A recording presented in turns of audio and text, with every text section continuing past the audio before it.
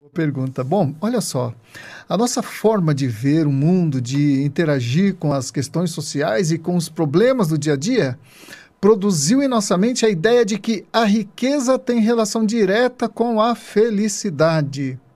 Queremos ser ricos porque acreditamos que a riqueza pode comprar a tal felicidade. Mas será mesmo?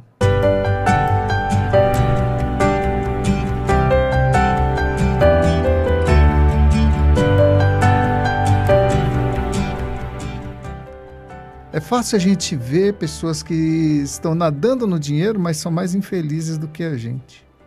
É fácil a gente ver também que pessoas que não têm dinheiro, ou não têm tanto dinheiro, e são muito felizes. Então, bom, mas vamos lá. O assunto de hoje, ele é um tanto controverso, polêmico, isso porque nós vamos esbarrar na teologia da prosperidade, uma teologia muito difundida, né? E que diz que Deus quer que você prospere, Deus quer que você seja rico. Então a gente vai desmistificar alguns mitos e vai também corroborar com essa teologia, porque ela não é de toda errada, né? É quando a gente polariza, então a gente incorre em erro. Você está falando sobre isso também, tá? A teologia da prosperidade, muitas vezes, ela deixa subentendido que a prosperidade financeira é o propósito de Deus para a nossa vida. Mas o que o próprio Jesus diz a respeito desse tema? Então, esse é mais um assunto dentro do Sermão da Montanha que nós vamos estar estudando. Eu quero ler com você Mateus capítulo 6, versículo 19 a 24, que, como eu falei, é um texto, um assunto que está dentro do Sermão da Montanha. Jesus começa dizendo assim: não acumuleis para vós outros tesouros sobre a terra, onde a traça e a ferrugem corroem, onde os ladrões escavam e roubam, mas ajuntai para vós outros tesouros no céu, onde nem a traça nem a ferrugem corrói, e onde os ladrões não escavam nem roubam. Porque onde estiver o teu tesouro, ali estará também o teu coração.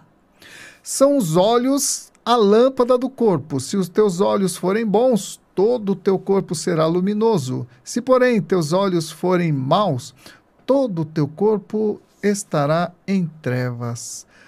Portanto, caso a luz que há em ti sejam trevas, quão grandes trevas serão.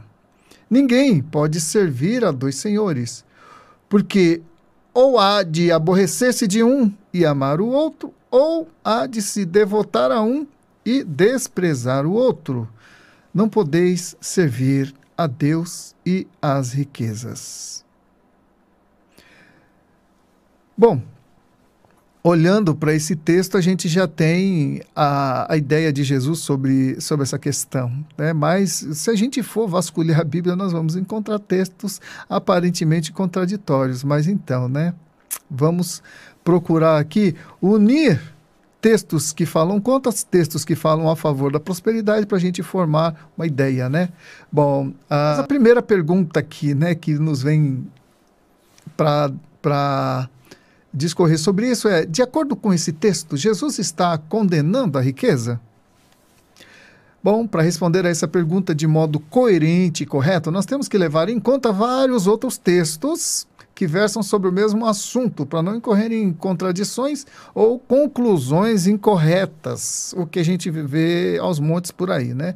Conclusões incorretas, contradições, e a gente fala, não, Deus quer que a gente seja rico, mas eu conheço muita gente que é pobre e morreu feliz, né? Então, tem outros que falam, não, Deus não quer que a gente seja rico, Deus quer que a gente seja pobre, e aí, né, os dois extremos, né? Bom, eu entendo que a busca da riqueza como principal propósito de vida do homem é perigosa, além de ser uma ilusão. O livro de Eclesiastes diz que é correr atrás do vento. Quando você faz da riqueza o seu objetivo de vida, isso pode levar o homem a se tornar escravo da própria riqueza que possui.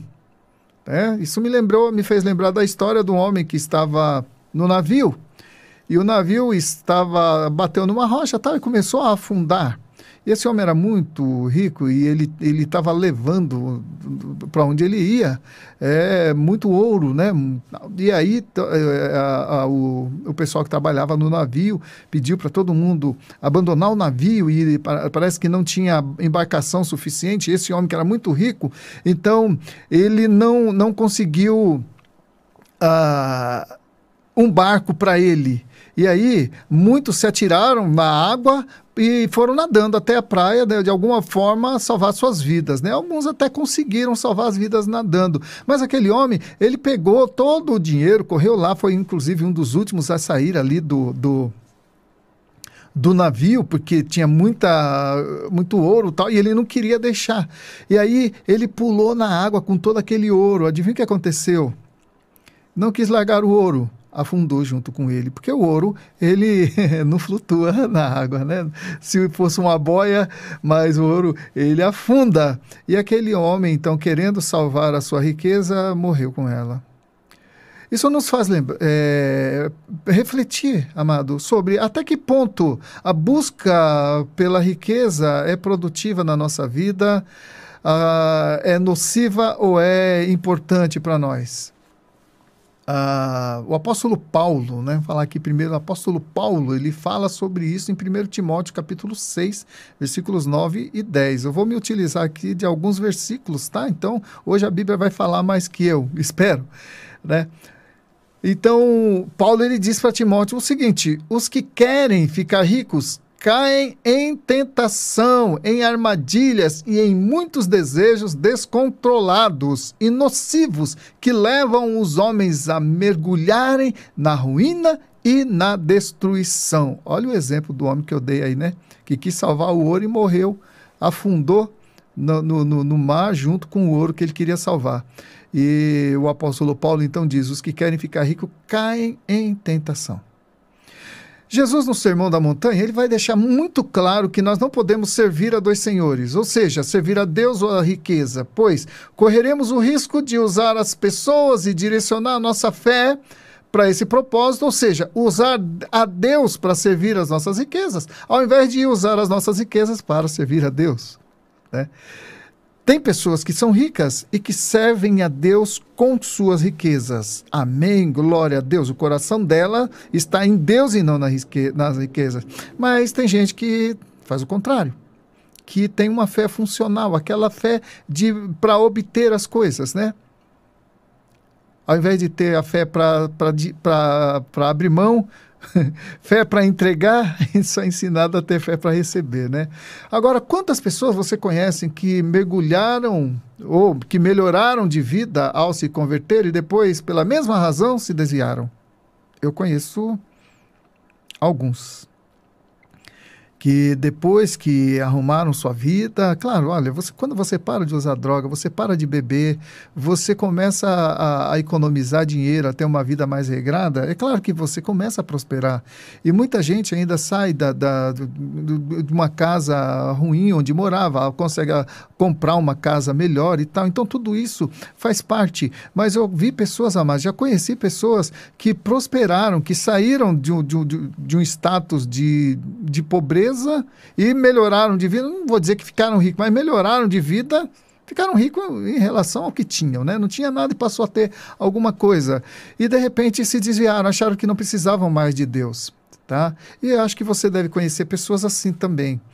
Bom, então, Jesus, ele nos alerta sobre o perigo de nos tornarmos escravos da riqueza, no sentido de fazer dela o nosso principal objetivo de vida.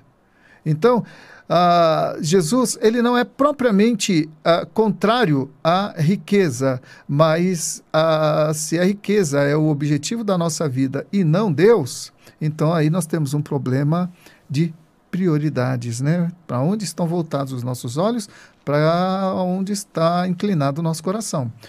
E a segunda pergunta, olha só, Timóteo escreveu em sua epístola em 1 Timóteo não, né? Foi Paulo, né? Em Timóteo, capítulo 6, versículo 10, que o amor ao dinheiro é a raiz de todos os males. Em que sentido isso é verdade? Porque a gente está tão buscando dinheiro, a gente estuda para poder ter um emprego melhor, a gente trabalha, faz concurso e faz de tudo, até hora, para ter um emprego melhor, porque tendo um emprego melhor a gente vai poder melhorar de vida, né? Assim, isso é esperado, é isso que a gente quer, é isso que eu quero para os meus filhos. Então a gente dá uma boa escolarização para os filhos, a gente dá tudo que o filho precisa para iniciar uma carreira bem promissora. Isso não é pecado não, tá, amados? Mas como é que nós vamos entender isso aqui, essa pergunta, né? O amor ao dinheiro é a raiz de todos os males. Em que sentido isso é verdade? Porque está na Bíblia e Jesus ele falou também sobre isso. De fato, Paulo nessa epístola ele trata o assunto de uma maneira assim bem radical e de uma maneira, eu vou usar radical, mas de uma maneira muito precisa, né? Mas notemos que ele não diz que o dinheiro é a raiz de todos os males, mas o amor, a devoção ao dinheiro. É o que eu falei na pergunta anterior, né? A resposta que eu dei anterior. Que se você faz do dinheiro o seu objetivo de vida, então você inverteu as prioridades, né? Então, olha só, precisar de dinheiro é diferente de amar o dinheiro. Tá? Todos nós precisamos de dinheiro, então nós estudamos, nós trabalhamos, nós vendemos horas de trabalho para poder receber dinheiro. Por quê? Porque nós temos compromissos financeiros. Nós precisamos comprar comida, precisamos comprar leite para os filhos, precisamos pagar as contas, conta de luz, conta da água, aluguel, enfim. Nós precisamos de dinheiro. Tá? E nesse afã de precisar de dinheiro, a gente muitas vezes quer... como é que se diz? Melhorar, quer ter um emprego melhor, tá? Não sou contra isso não, tá? Mas vou deixar bem claro, não sou contra isso. Agora, o problema, quando o desejo de adquirir riqueza se torna uma ganância, né? E aí é um problema sério, tá? O Tiago, irmão de Jesus, ele vai ainda mais longe nessa questão. Olha o que ele diz em sua epístola, né? Epístola de Tiago, versículo 5, de 1 a 4. Olha só, é a Bíblia que está dizendo. E eu usei aqui uma versão mais atualizada, mais contemporânea, né? Para a gente entender melhor. Ouçam agora, vocês ricos, chorem e lamentem-se, tendo em vista a miséria que lhes sobrevirá. A riqueza de vocês apodreceu e as traças corroeram as suas roupas. O ouro e a prata de vocês enferrujaram, e a ferrugem deles testemunhará contra vocês, e como fogo lhes devorará a carne. Vocês acumularam bens nesses últimos dias. Vejam, o salário dos trabalhadores que ceifaram os seus campos e que por vocês foi retido com fraude, está clamando contra vocês. O lamento dos ceifeiros chegou aos ouvidos do Senhor dos Exércitos. Tiago aqui, ele está amando contra as pessoas que se enriqueceram à custa da miséria dos outros. Que se enriqueceram negando o direito de outro, ou seja, se enriqueceram roubando. E hoje está muito comum isso, né? As pessoas elas roubam, as pessoas elas enganam, trapaceiam para poder enriquecer-se, né? Então, nesse texto, Tiago ele nos exorta em relação à ganância, quando a exploração, a opressão e a injustiça tornam os principais meios de enriquecimento. Deus abomina essa prática. E aí ele realmente joga duro aqui. Ele fala, vocês acumularam bens nesses últimos dias. Vejam o salário dos trabalhadores que ceifaram seus campos e que por vocês foi retido com fraude, está clamando contra vocês. Olha lá, você que é patrão, você que tem pessoas, né, que lhes são subordinadas, que você paga nessas pessoas. Então, isso serve para você, né? Você é justo no salário, no pagamento daqueles a quem você deve, porque trabalharam para você. A Bíblia diz que o trabalhador é digno do seu salário. Amém? Mas vamos continuando aqui. A nossa terceira pergunta, essa é a pergunta mais direta, né? A teologia da prosperidade é bíblica? É interessante porque a gente tem visto muito hoje em dia, né, essas abordagens teológicas voltadas para a prosperidade. Bom, A teologia da prosperidade é bíblica desde que se defina corretamente o conceito de prosperidade. Então, para mim, na minha versão, tá? Então, eu não sou dono da verdade, então estou colocando diante de você aquilo que eu penso, aquilo que eu acredito, e estou apresentando os textos bíblicos para embasar, né? Bom, então assim, desde que se defina corretamente o conceito de prosperidade, então é bíblico. Agora, para você estabelecer um tratado teológico sobre algum tema, seja qual for o tema, né, sobre o pecado, sobre salvação, você precisa considerar tudo que as Escrituras dizem a respeito do tema. E em relação à prosperidade, nós precisamos também versar sobre todos os textos que falam a respeito do tema, e não somente os textos que confirmem o nosso posicionamento, porque às vezes, por exemplo, a gente tem um posicionamento, Deus quer que todo mundo prospere, que todo mundo seja rico, que o filho de Deus tem que andar bem vestido, tem que ter o melhor carro, a melhor casa, porque afinal de contas ele é filho de Deus. Você já deve ter ouvido isso.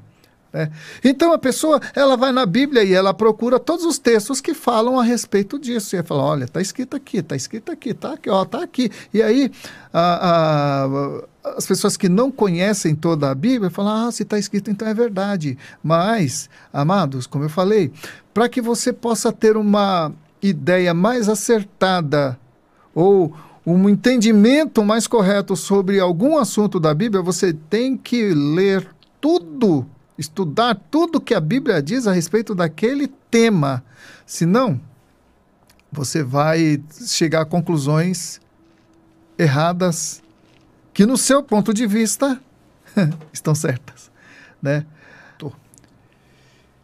Então, o nome disso se chama hermenêutica, né? E exegese. Então, a arte de você extrair de um texto a verdade que ele encerra. E para você extrair do texto, bom, como a Bíblia ela tem vários textos que falam sobre a mesma coisa, e algumas vezes, dependendo do contexto, há uma aparente contradição, mas a Bíblia ela não se contradiz. A gente é que entende que se contradiz, mas a Bíblia não se contradiz. Nós temos que ler o texto, o contexto, em que situação que foi escrito, para quem que foi escrito, qual era a intenção do autor ao escrever, ou a intenção de Deus a registrar aquilo. E, enfim, a Bíblia, amado, ela exalta a riqueza ao mesmo tempo em que a condena. E agora? Estranho, né? Mas tudo é uma questão de como interpretamos as Escrituras. Por exemplo, se alguém ler a parábola do rico e do Lázaro, e vai ver que o homem rico, ele vivia, né, na sua riqueza, e o Lázaro vivia na sua pobreza. Aí os dois morreram. Lázaro foi para o seio de Abraão, né, pelo o conforto ali do seio de Abraão, foi para o céu, vamos usar esse termo, e o rico foi para o outro lado, foi lá para baixo, né? E qualquer pessoa poderia entender isso como, olha, então só os pobres que vão para o céu, os ricos vão para o inferno. Esse texto não dá margem para isso. E com um endosso ainda de que Jesus diz, bem-aventurados os pobres, porque deles é o reino dos céus. Olha só. Mas fala os pobres de espírito, né? Mas alguém pode tirar só a palavra pobre ali daquele texto, e aí ela forma um conceito de que só vão para o céu os pobres, porque eles dependiam totalmente de Deus. Olha só que coisa bonita, romantizada, né? Mas não é verdade. Tá? E ainda, você pode acrescentar que Jesus falou que é mais fácil passar um camelo no fundo de uma agulha do que um rico entrar no céu. E aí, então, você fecha a questão. Definitivamente, ricos não vão para o céu. Então, Abraão era rico. Será que ele foi para o inferno? Davi, o rei Davi, e tantos outros homens ricos. A Bíblia fala, mesmo no tempo de Jesus, que muitas mulheres de posição, se eram de posição, que tinha grana, né? Serviam a Jesus com suas riquezas, eram ricas e não herdaram a salvação. Então a Bíblia vai falar de pessoas que eram ricas e que serviam a Deus. E vai falar de pessoas que eram pobres e que serviam a Deus. Então, No céu, nós teremos lá tanto pessoas que foram pobres e pessoas que foram ricas. E lá tudo se iguala. O pobre não vai ter mais, não vai ter menos do que o rico, e o rico não vai ter mais do que o pobre. Amém? Então, eu citei esse exemplo, mas tem mais, né?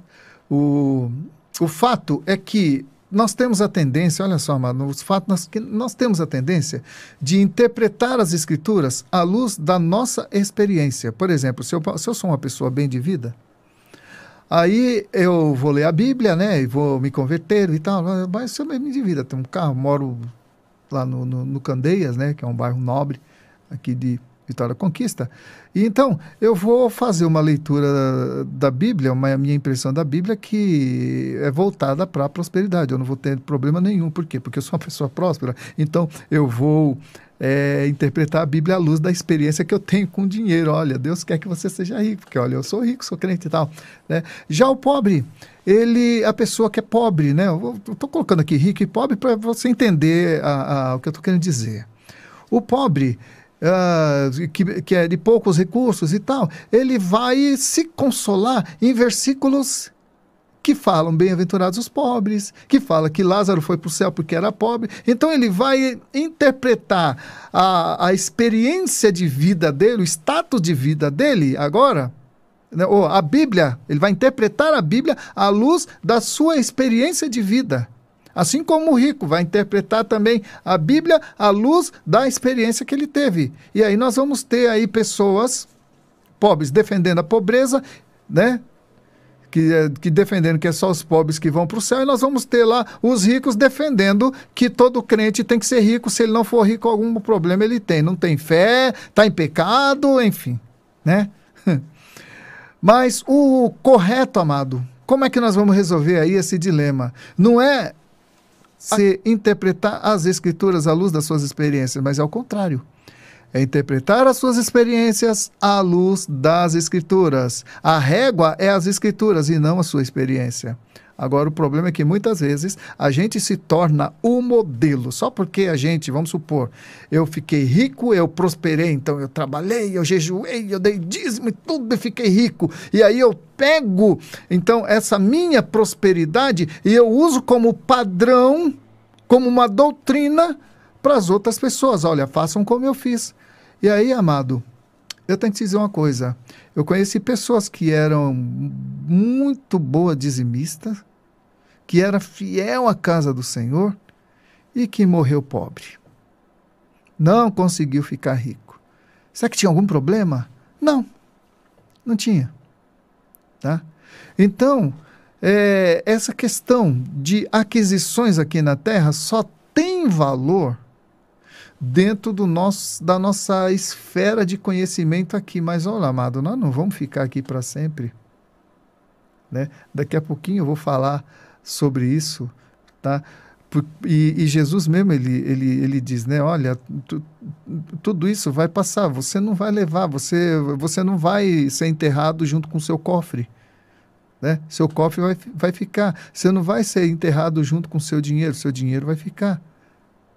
Tá? Outras pessoas vão morar na sua casa, outras pessoas vão dirigir o seu carro, outras pessoas vão ocupar o seu lugar no emprego, no teu emprego, outras pessoas vão usar o dinheiro que você guardou com tanto suor, outras pessoas vão usar, e você, em menos de uma geração, vai ser esquecido. Lembra que Jesus ele fala que um homem ganhou muito dinheiro, a lavoura dele rendeu bastante, tudo. E aí ele disse, poxa vida, agora eu tenho muita riqueza, agora eu posso dizer para minha alma, fica tranquila, porque agora você tem bens para o resto da vida, agora você pode gozar a vida. E aí, Deus diz para ele, louco, essa noite te pedirão a tua alma, e o que tens preparado, para quem será? Olha só. Né? Isso nos faz refletir, amado, que por mais que você conquiste coisas aqui na Terra, elas só vão valer enquanto você estiver aqui. E o que é a sua existência aqui, comparado com a eternidade? Então nós precisamos... Opa, só um minuto. O microfone aqui está dançando. Aí, querido, continuando aqui, né? Não devemos interpretar a Bíblia à luz das nossas experiências, mas interpretar as nossas experiências à luz da Bíblia. É a Bíblia que está certa, é a Bíblia que é a régua. Tá? Você não vai querer, por exemplo, medir um terreno usando os seus passos, né? Ó, esse terreno tem 10 metros porque eu andei 10 passos. Não, você usa 1 metro, né? Então, esse é o correto, porque há uma unidade de medida. Então, a Bíblia, ela é a nossa unidade de medida ou de avaliação para as nossas experiências e para os nossos posicionamentos. Há um texto interessante aqui, Jeremias, capítulo 9, versículos 23 e 24. Olha só o que diz. Assim diz o Senhor: não se glorie o sábio na sua sabedoria, nem o forte na sua força, nem o rico nas suas riquezas, mas o que se gloriar, glorie-se nisso, em me conhecer e saber que eu sou o Senhor. E faço misericórdia, juízo e justiça na terra, porque dessas coisas me agrado, diz o Senhor. Aquele que se gloria, glorie-se no Senhor. Amém? Bom, pergunta número 4. O que o apóstolo Paulo quis dizer em Colossenses, capítulo 3, versículos 1 e 2? Olha só. Portanto, se fostes ressuscitado juntamente com Cristo, buscai as coisas lá do alto, onde Cristo vive, assentado à direita de Deus. Pensai nas coisas lá do alto e não nas que são daqui da terra. Paulo estava sendo bastante coerente. Se Deus nos libertou do sistema mundano de valores efêmeros e passageiros, por que deveríamos continuar presos a eles? Interessante, né? A primeira e a segunda geração de discípulos, né, do início da igreja entenderam perfeitamente esse mistério. Tanto foi que eles não tinham nada por precioso nessa terra, até... para eles vendiam suas propriedades e traziam aos pés dos apóstolos e morreram pobres assim, né? Morreram sem dinheiro, não galgaram riquezas. Pelo contrário, os crentes da igreja primitiva, eles tiveram uma vida de sofrimento, de perseguição, né? Não ficaram ricos. Nenhum deles. E isso porque seus olhos estavam voltados para a eternidade com Deus e não para a temporalidade das riquezas terrenas dessa terra, né? E a gente precisa resgatar esses conceitos. Bom, quinta pergunta. A Bíblia relata a experiência de Jó. Olha, Jó tem um ensinamento tremendo para nós. Que sendo um dos homens mais ricos do Oriente, num curto espaço de tempo, experimentou a perda de tudo que tinha. O que a experiência de Jó nos ensina? Bom, nós vamos tomar aqui como base o próprio texto, né, que fala a respeito, né, a história de Jó, que está no livro de Jó, capítulo 1. Olha só o que diz. Havia um homem na terra de Uz, cujo nome era Jó, homem íntegro e reto, temente a Deus e que se desviava do mal. Nasceram-lhe 7 filhos e 3 filhas. Possuía 7.000 ovelhas, 3.000 camelos, 500 juntas de bois e 500 jumentas. Era também muito numeroso o pessoal ao seu serviço, de maneira que este homem era o maior de todos os do Oriente. Perguntou ainda o Senhor a Satanás, aqui eu estou pulando, né? Aqui o Satanás, ele está questionando a Deus se Jó servia a Deus, era fiel a Deus, porque Deus tinha dado de tudo para ele, né? Então, Satanás, ele pergunta para o Senhor assim... Não, Deus pergunta para Satanás, observaste meu servo Jó? Porque ninguém há na terra semelhante a ele, homem íntegro e reto, temente a Deus e que se desvia do mal. Então, o próprio Deus deu testemunho de Jó, né? Um homem reto, íntegro e que se desviava do mal. Mas Satanás, que é o acusador, que é o inquisitor, que é o adversário, ele respondeu, porventura Jó de fato teme a Deus? Esse é meu, viu? Acaso não cercaste de bens, concebe, e a ele, a sua casa e a tudo quanto tem? A obra de suas mãos abençoastes e os seus bens se multiplicam na terra? Estende, porém, a tua mão e toca-lhe em tudo quanto tem e verás se não blasfema contra ti na tua face. Bom, eu já li o livro de Jó muitas vezes, muitas. Até mesmo quando eu estava numa crise existencial, eu fui procurar achar consolo ali no livro de Jó. Falei, vou ler o livro de Jó para ver se eu encontro resposta para o momento que eu estou passando. Que o crente, ele atravessa alguns momentos, né, amados? Passa por momentos, sim, de lágrimas, de pranto, de elevar os olhos para os montes e dizer, de onde me virá o socorro? Né? Mas eu entendo que a história de Jó é o fiel da balança sobre o tema que nós estamos abordando, pois deixa uma das lições mais emblemáticas sobre riqueza. Ou seja, o nome de Deus não foi glorificado quando Jó era rico, mas sim quando ele perdeu tudo. Essa é uma lição muito importante que nós devemos aprender. Jó era um homem rico, mas será que ele era temente a Deus porque era rico? Aqui ficou provado que não. Porque ele perdeu tudo e ele disse, Deus deu, Deus tomou, bendito seja o nome do Senhor, e o adorou, diz a palavra. Então o argumento do diabo caiu por terra, porque Deus mostrou a ele que é possível o homem adorá-lo, ainda que nada tenha, ou que perca tudo o que tem. Ou seja, a riqueza de Jó não estava acima da devoção dele a Deus, da fidelidade dele a Deus. Jó era um homem muito rico, mas Deus acima de tudo. Olha, Deus acima de tudo. Enfim,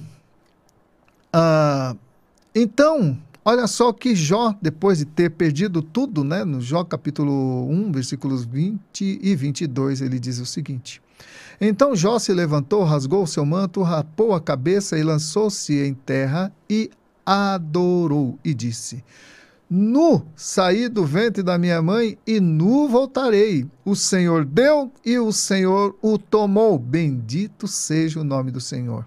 Em tudo isto, Jó não pecou, nem atribuiu a Deus falta alguma. Agora, eu vou falar por mim, eu não sei da sua vida, mas eu sei da minha. Quantas vezes eu murmurei? Muitas. Quantas vezes eu questionei a Deus? Deus, eu não estou entendendo. Por que as pessoas que não temem ao Senhor prosperam, trocam de carro todo ano e tal, e eu aqui, servo do Senhor, dizimista, fiel e tal, e estou vivendo nessa situação. Aí Deus falou muito comigo no Salmo 73. Decorei praticamente, mas hoje eu não sei se eu saberia recitá-lo todo, mas diz, com efeito Deus é bom para com seu povo, quanto a mim meus pés quase se desvalaram, pois eu tinha inveja dos arrogantes, daqueles que prosperam em seus caminhos. E aí, parafraseando, o Salmo 73 diz, o Asaf, né, que é quem escreveu o Salmo, ele era levita, né, então ele era um dos cantores lá do templo. Ele entrou numa crise, e o Salmo 73 relata essa crise de Asaf. Ele diz que invejava os arrogantes, ele disse assim, quanto a mim, meus pés quase que se desviaram, pouco faltou para que eu escorregasse, pois eu invejava os arrogantes. Eu via que eles prosperavam, eles falavam contra Deus, eles eram ateus, eles desagradavam a Deus e prosperavam, os filhos deles tinham saúde e tal, e eu sempre, né?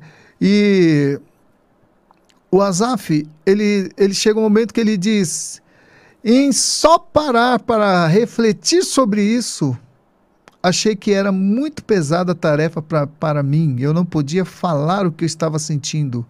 Eu entendi que Asaf, ele não podia comungar com ninguém dessa dor que ele estava sentindo, porque senão ele ia desesperar as outras pessoas, porque Asaf, como sendo um levita, um adorador, ele era alguém que tinha que aparentar que estava tudo bem com ele, apesar de que não estava. É como nós, pastores, que muitas vezes nós temos que esconder as nossas lágrimas para enxugar a dos outros. Que temos que abafar as nossas dores para aliviar as dores dos outros. Asaf experimentou isso.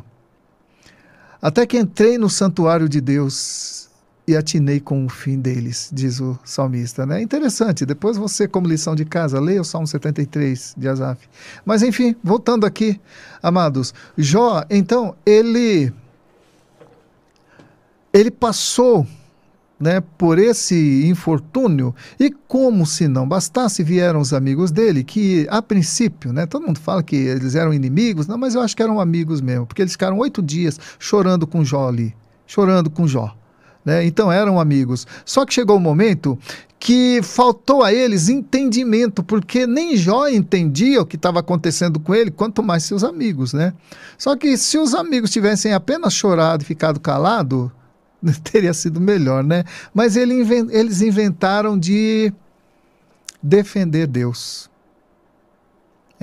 Ô Jó, você está em pecado, porque Deus não ia te castigar assim, essas coisas não iam sobreviver a você de graça, alguma coisa você fez. Isso me fez lembrar, amado, do nosso momento que estamos vivendo.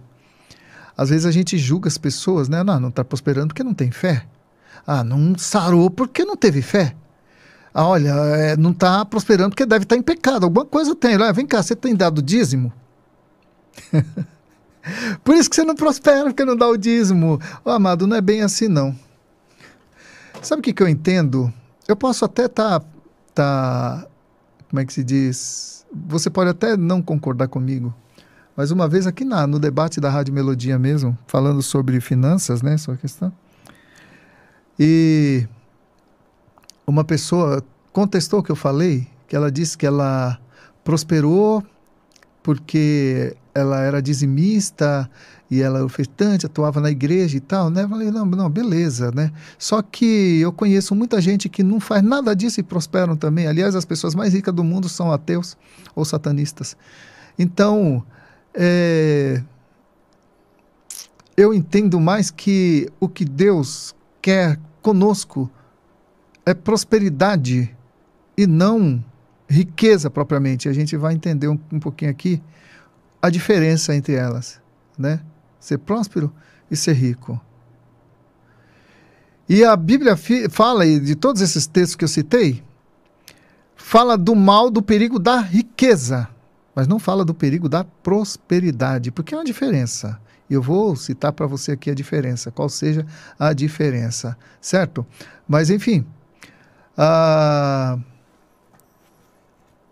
que é uma questão aqui que vale a pena, né, mencionar, que os amigos de Jó passaram a acusá-lo de pecado, pois Deus não aflige os seus fiéis. Boa parte do livro de Jó aí vai ser dedicada às acusações de seus amigos. Eles não entendiam o que Jó estava passando. Eles não entendiam o plano de Deus para a vida de Jó e fizeram um juízo de valores ali equivocados. Porque eles criam que se a pessoa está bem com Deus, a pessoa vai bem. Se ela não está bem com Deus, a pessoa vai mal. Só que ali, amado, Jó, segundo o próprio testemunho de Deus, diz, não, Jó, ele é um homem íntegro, temente a Deus que se desvia do mal. Só que Jó perdeu os filhos, ele foi no velório dos seus 10 filhos no mesmo dia, perdeu toda a riqueza que tinha e ainda ficou doente, uma doença que ele pediu a morte. Tanto é que ele amaldiçoou o dia do seu nascimento. Então Jó, ele entrou numa crise, mas ficou provado ali, na circunstância de Jó, que Deus teve um propósito na perda dele, e o propósito não era a queda de pecado, não era por causa do pecado, né? Não era infidelidade no dízimo. Oh, Jó, você não deu dízimo aí, o devorador devorou tudo. Não era esse o problema de Jó. Você entende o que eu estou falando, amado? Não era esse o problema de Jó. O problema, na verdade, o problema nem era de Jó, o problema era de Satanás. Satanás queria provar para Deus que Jó só era fiel porque Deus tinha dado tudo para ele. E aí Deus provou para Satanás que não. Que Jó, mesmo depois de ter perdido tudo, adorou ao Senhor. Satanás teve que reconhecer que é possível o homem adorá-lo mesmo na pobreza, mesmo na miséria. Foi provado isso. Então, por isso que eu falei que essa história de Jó ela é muito emblemática, porque ela coloca em relevo que é possível o homem adorar a Deus na sua insignificância, na sua pobreza. Aliás, nós temos que nos ver dessa forma, não se depreciar, mas em relação a Deus. Nós somos totalmente dependentes de Deus. E tem gente que depois que se enriquece acha que Deus depende dele. Tem gente que quando ganha um pouco mais, começa a ter domínio sobre a igreja, domínio sobre as pessoas, porque está numa posição, não, é o principal dizimista da igreja, e se ele sair da igreja, a igreja fecha, porque o cara, ele dá o maior dízimo, e aí ele acha que Deus depende dele, que a igreja depende dele para existir. Não sei se você já viu esse filme, mas eu já, né? Nos meus 40 anos de evangélico, já vi algumas coisas que me tornaram, que se tornaram exemplo para mim, né? Ou do que fazer ou do que não fazer, ou do que pensar e do que não pensar a respeito de certas coisas. Mas, enfim,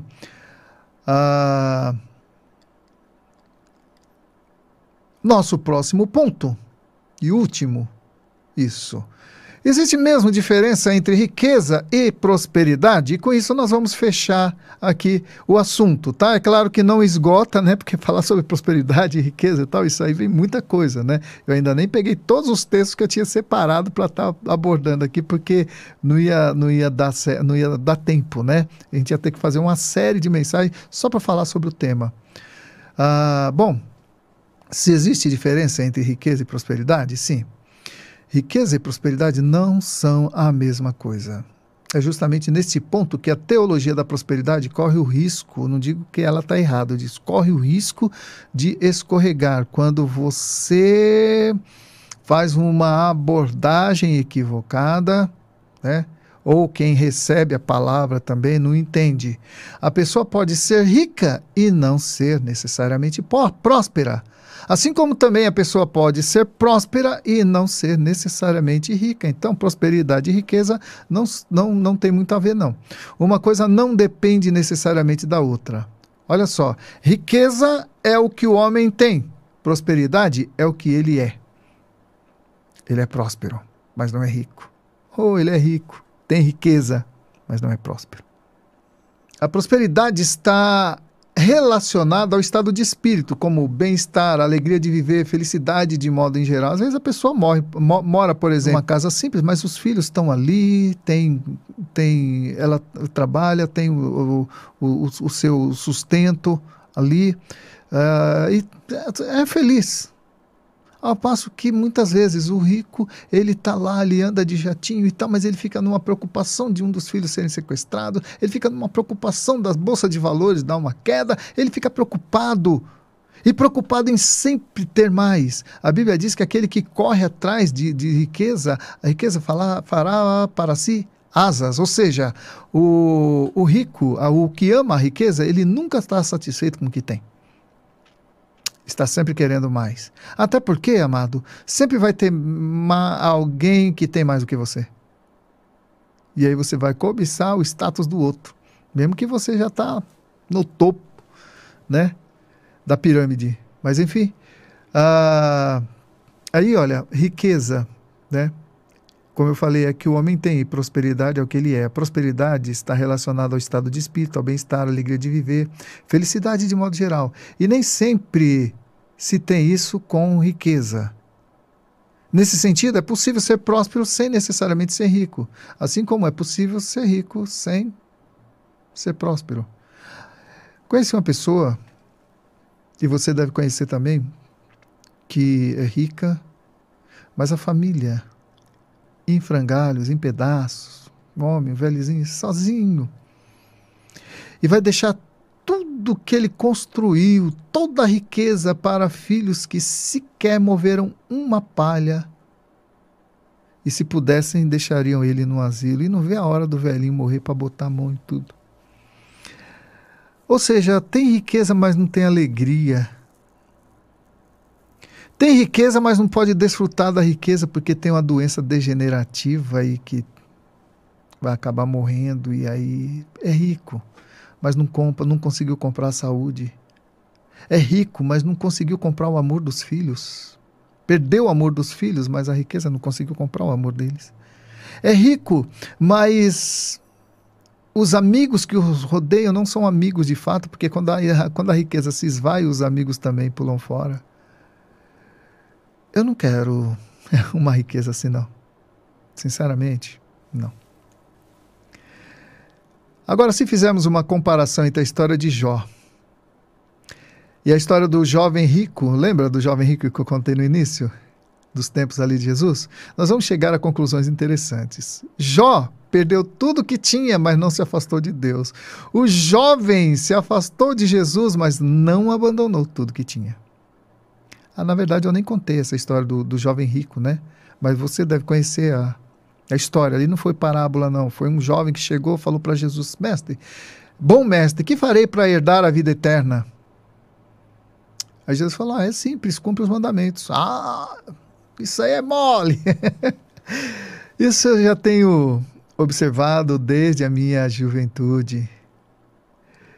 E Jesus então fala para ele o seguinte: olha, então só falta uma coisa para você. Vai, vende tudo que você tem, dá aos pobres, e aí você me segue e você vai ter um tesouro no céu. Sabe o que ele fez? Virou as costas e foi embora. Ele preferiu se afastar de Deus do que se afastar da riqueza. E Jó foi o contrário, mesmo tendo perdido tudo. Apesar que não foi voluntário o afastamento, né? Perdeu tudo, mas não perdeu a comunhão com Deus. Então, é possível sermos prósperos, mesmo sem sermos ricos. Eu acho que quando a gente tem Jesus como nossa maior riqueza, tudo mais perde o valor. E a gente precisa resgatar esses princípios, amado, porque a igreja primitiva ela foi levantada sob esse estandarte. Não é fazer apologia aqui à pobreza, não. Porque a ambição, a ganância, ela nos move na direção contrária do que Deus quer para nós, porque nós vamos usar as pessoas para conseguirmos o que nós queremos. Nós vamos humilhar as pessoas, nós vamos mentir, nós vamos matar as pessoas, às vezes não com arma, né? Mas matar uma amizade, matar a reputação dela para que a nossa realce, apagar o brilho dela para que o nosso brilho realce, porque muitas vezes a pessoa brilha tanto que ofusca o nosso. Então a gente vai lá e apaga o brilho dela para que o nosso seja realçado. Então, amados, quando nós focamos o nosso coração nos bens dessa terra, nas riquezas dessa terra, quando nós fazemos realmente da nossa meta de vida ser ricos, nós estamos num terreno escorregadio. A riqueza vai fazer para si asas. Você nunca vai ter o suficiente. Você sabe que a ganância ela é um poço sem fundo. A pessoa nunca tem o suficiente. E a gente quer ser como ela. Olha, eu gostaria de ter o carro que fulano tem, mas o cara que tem aquele carro, ele não é feliz porque ele está desejando ter o outro. Eu gostaria de morar nessa mansão. Quem é o dono dessa mansão? Deve ser um cara feliz. Não, o dono dessa mansão, ele não é feliz porque ele deseja ter mais. Porque, amado, a ganância, a riqueza pela riqueza, ela é um poço sem fundo. E é por isso que Jesus nos alerta. Buscai, pois, em primeiro lugar, o reino de Deus e a sua justiça, e as outras coisas vos serão acrescentadas. Amém? E assim eu encerro aqui essa abordagem. Muito obrigado a todos vocês que nos acompanharam também pelo rádio. Muito obrigado pela audiência. E ficamos aqui. Semana que vem não vai ter programa, mas na outra vai ter, tá? Que Deus abençoe a todos em nome de Jesus.